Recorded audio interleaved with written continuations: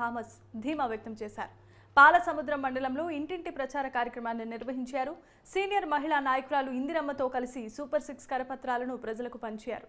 నియోజకవర్గంలో తెలుగుదేశం జెండాను ఎగురవేస్తామని ధీమా వ్యక్తం చేశారు. ఇక వైసీపీ అభ్యర్థి సభ్యత సంస్కారం లేకుండా మాట్లాడుతున్నారంటూ థామస్ మండిపడ్డారు.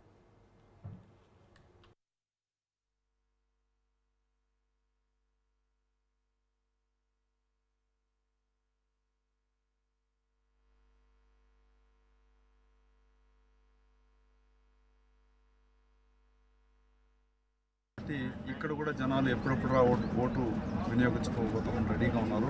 మే 13వ తేదీ జరిగే ఎలక్షన్ కూడా ప్రతి ఒక్కరు కూడా రెడీగా ఉన్నారు. మంచి మెజార్టీ ఈసారి మేము గెలుస్తున్నాము ఇక్కడ. ఎందుకంటే ప్రజలు వచ్చి నారాయణ స్వామి పైన అదేవిధంగా జగన్మోహన్ రెడ్డి పైన చాలా విసిగిపోయి ఉన్నారు. బేసిక్ డెవలప్మెంట్ లేవు ఇక్కడ, మంచి రోడ్డు లేదు, నీళ్ళ వసతి లేదు, వాటర్ ట్యాంక్ లేదు. సపోజ్ ఆ నీళ్లు వస్తే అది తాగడానికి అనుకూలంగా లేదు.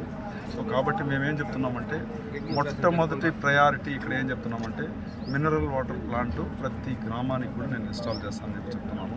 ప్రజలు దాన్ని మంచిగా ఆదరిస్తున్నారు. అదేవిధంగా సూపర్ 6ని కూడా అందరూ కూడా ఆదరిస్తున్నారు. ఈసారి గంగాధర్